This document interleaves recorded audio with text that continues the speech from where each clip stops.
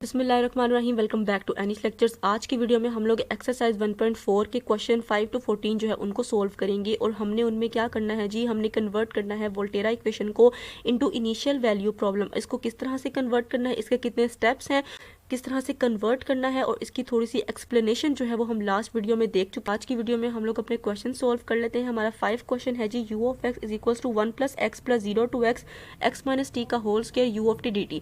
ये आपके पास एक वोल्टेरा इंटीग्रल इक्वेशन है। सबसे पहला हमारा स्टेप था, हमने इसको डिफरेंशिएट करना है ऑन बोथ साइड्स। यहाँ पे डिफरेंशिएट करेंगे u डैश ऑफ एक्स आ जाएगा, यहाँ पे डेरिवेटिव अप्लाई होगा 1 के ऊपर, यहाँ पे डेरिवेटिव अप्लाई होगा x के ऊपर और इस पूरे इंटीग्रल के ऊपर।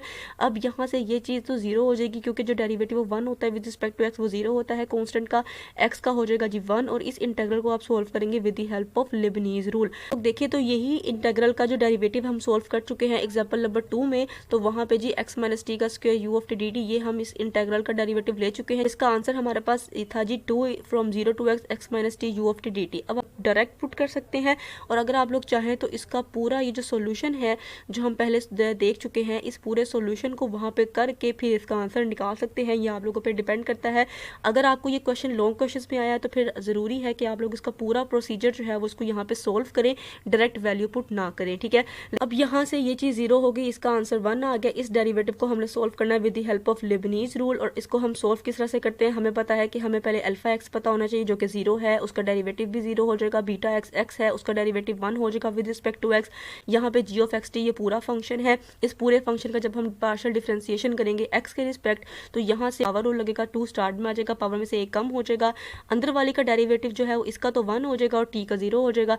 तो यहाँ से इस तरह से ये चीज़ आ गई और आगे यू ऑफ टी जो है वो एज इट इज रहेगा क्योंकि वो मल्टीप्लाई हो रहा है। अब ये सारी वैल्यूज हम पुट कर देंगे लेबनीज फार्मूले में। हमें पता है कि हमने सबसे पहले जी ऑफ एक्स जो हमारा फंक्शन था उसको हमने इन टर्म्स ऑफ एक्स और बीटा एक्स लिखना है। तो बीटा एक्स हमारे पास एक्स है, जहाँ टी है वहाँ एक्स पुट कर देंगे। यहाँ पे एक्स माइनस एक्स का होल स्क्वायर आ जाएगा, यू ऑफ एक्स आ जाएगा। यहाँ पे क्या आ गया है जी, एक्स माइनस एक्स का होल स्क्वायर, आगे 1 उसका डेरिवेटिव। और अगर आप लोग चाहें तो यहाँ पे यू ऑफ टी के अंदर बीटा एक्स पुट करेंगे जो कि एक्स है, तो वो यहाँ पे यू ऑफ एक्स भी आप लोग साथ लिख सकते हैं, लेकिन वो अल्टीमेटली 0 हो जाएगा। तो उसको आपने जब अपने ध्यान में रखना है। उसके बाद जब हम लोअर लिमिट 0 पुट करेंगे तो यहाँ पे 0 आ गया, साथ उसका डेरिवेटिव भी 0 है और साथ जब यू ऑफ टी में आप 0 पुट करेंगे तो वो जी यू ऑफ 0 हो जाएगा। उसके बाद जो आपने पार्शियल डिफरेंशिएशन की थी वो चीज़ यहाँ पे आ जाएगी, integration from 0 to x. Same terms है, प्लस माइनस का साइन आपस में कैंसिल हो जाएंगे, ये 0 इन दोनों को 0 कर देगा और यहाँ से ये आपका जो है वो एक इंटीग्रल बचेगा। आपका जो है वो आंसर आया। आपकी मर्जी 2 बाहर रखे अंदर रखे, दोनों सूरतों में आपका आंसर ठीक है। अब इस वैल्यू को आपने पुट कर देना है जी अपने इक्वेशन नंबर ए के अंदर। यहाँ पे इस डेरिवेटिव की जगह पे हमने ये आंसर पुट कर देना है। तो u dash of x is equal to 1 plus उसका आंसर आ जाएगा। इसको हमने इसकी यहाँ पे पुट कर दी है और ये हमारी इक्वेशन नंबर बी बन गई है, ठीक है। अगर आप लोग देखें तो यहाँ पे हमारा जो सेकंड स्टेप था वो ये था कि अगर आपका इंटीग्रल भी मौजूद होगा इक्वेशन के अंदर तो आपने इसको अगेन डिफरेंशिएट करना है। यहाँ पे इंटीग्रेशन मौजूद है, इंटीग्रल का साइन मौजूद है, तो उसको दोबारा से डिफरेंशिएट करेंगे। जब उसको दोबारा से डिफरेंशिएट करेंगे तो यहाँ पे u double dash of x आ जाएगा, 1 की जो डिफरेंशिएशन है वो 0 हो जाएगी और इस पूरे का डेरिवेटिव आ जाएगा जिसको हम with the help of Lebanese rule जो है वो सोल्व करेंगे। इसको भी हम लोग अपने जो है एग्जांपल में सोल्व कर चुके हैं। एग्जांपल नंबर आई गेस 2 थी, ये देखिए एग्जांपल नंबर 2 में इसको हम सोल्व कर चुके हैं। इसका आंसर हमारे पास यू ऑफ टी आया था इंटीग्रल के अंदर, तो यही हमारा आंसर है। इसको हम डायरेक्टली भी पुट कर सकते हैं और अगर आप लोग चाहें तो यहाँ पे इसको सोल्व भी कर सकते हैं। हमने सारी वैल्यूज निकाल दी। इस पूरे फंक्शन की हमने पार्शियल डिफरेंशिएशन करनी है विद रिस्पेक्ट टू एक्स। तो यहाँ पे एक्स की तो हो जाएगी 1 माइनस टी की हो जाएगी 0 और यू ऑफ टी जो है वो साथ एज इट इज आएगा। तो आंसर आपका यू ऑफ टी आ गया।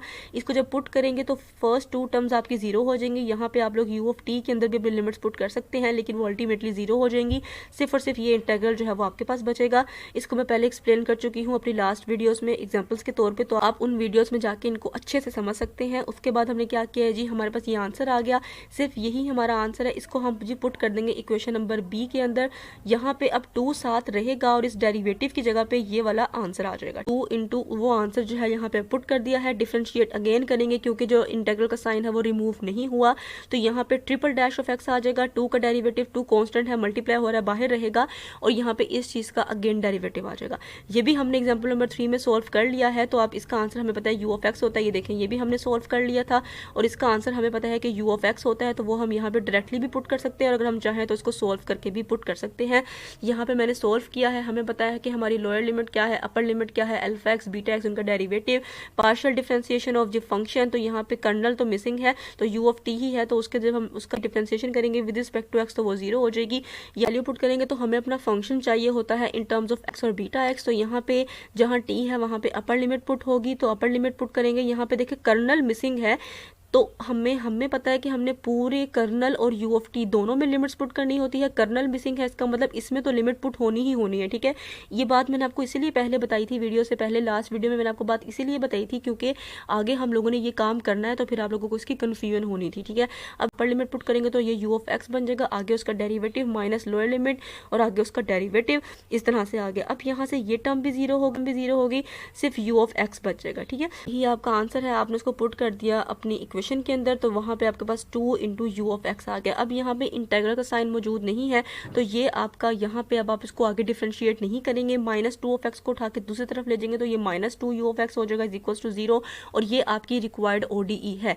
यहाँ पे आपके पहले 2 काम हो गए हैं, ठीक है। तीसरा काम था आपको इनिशियल कंडीशन चाहिए, तो अब वो कैसे फाइंड करेंगे, हमने एक्स को इक्वल टू 0 पुट करना है, कितनी बार पुट करना है और किन इक्वेशंस में पुट करना है उसको एक दफा देख लेते हैं। डिफरेंशियल इक्वेशन का जो ऑर्डर है वो 3 है, इसका मतलब हमें यहाँ 3 इनिशियल कंडीशन चाहिए इसको सोल्व करने के लिए, ठीक है। सबसे पहले तो अपने क्वेश्चन में जो हमारा क्वेश्चन था, जो हमारी इक्वेशन थी उसमें 0 पुट करेंगे, तो हमारा क्वेश्चन है इसमें जब हम 0 पुट करेंगे तो u of 0 is equal to 1 plus 0 आ जाएगा, ये चीज भी 0 हो जाएगी। यहाँ पे जब 0 आएगा तो पूरा इंटेग्रल 0 हो जाएगा, ये भी 0 हो गया, तो u of 0 is equal to 1 आ गया। पहली इनिशियल कंडीशन क्या है जी, u of 0 is equal to 1।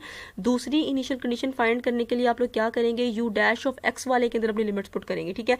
आप लोग चाहें तो इसमें भी पुट कर सकते हैं, लेकिन यहाँ पे है कि डेरिवेटिव सोल्व नहीं हुआ, आपको आंसर नहीं पता, तो आप वैल्यू पुट करेंगे तो कंफ्यूज ही रहेंगे कि पता नहीं इसका आंसर आना था या नहीं आना था। इसलिए बेहतर है कि जब आप इसको सोल्व कर लें, इसकी वैल्यू पुट कर लें, फिर जो u डैश ऑफ x की इक्वेशन बनती है उसमें u x को 0 पुट करें, ठीक है। तो यहाँ पे ये मेरा आंसर बना था u डैश ऑफ x का डिफरेंशिएट करने के बाद। तो यहाँ पे जब मैं x को 0 रखूंगी तो u dash of 0 equal to 1 आएगा, ये तो एज इट इज रहेगा, यहाँ पे x नहीं है जिसमें 0 पुट करें, तो यहाँ पे x के जगह पे 0 पुट होगा, ये इंटेग्रल पूरा 0 हो जाएगा, सिर्फ 1 बच जाएगा, तो u dash of 0 equal to 1 आ गया। तीसरी इनिशियल कंडीशन के लिए हम लोग क्या करेंगे, u double dash of x वाली में अंदर जहाँ पे डेरिवेटिव सोल्व कर लिया है वहाँ पे x को 0 रखेंगे, यहाँ पे x को 0 रखा तो u double dash of 0 equal to 2, ये चीज 0 हो गई, ये पूरा इंटेग्रल 0 हो गया, ये इससे मल्टीप्लाई इसने इसको भी 0 कर दिया। जब हमने अपने क्वेश्चन में पुट की तो हमें u ऑफ 0 मिला इज टू 1, उसके बाद जब हमने u डैश ऑफ x वाले में पुट की तो यहाँ से हमें 1 मिला इनिशियल कंडीशन, और जब u double dash of x वाले में पुट की तो वहाँ पे हमें 0 मिला। डी को जब इन तीनों के साथ लिखेंगे तो वो क्या बन जाएगी जी, हमारी IVP बन जाएगी,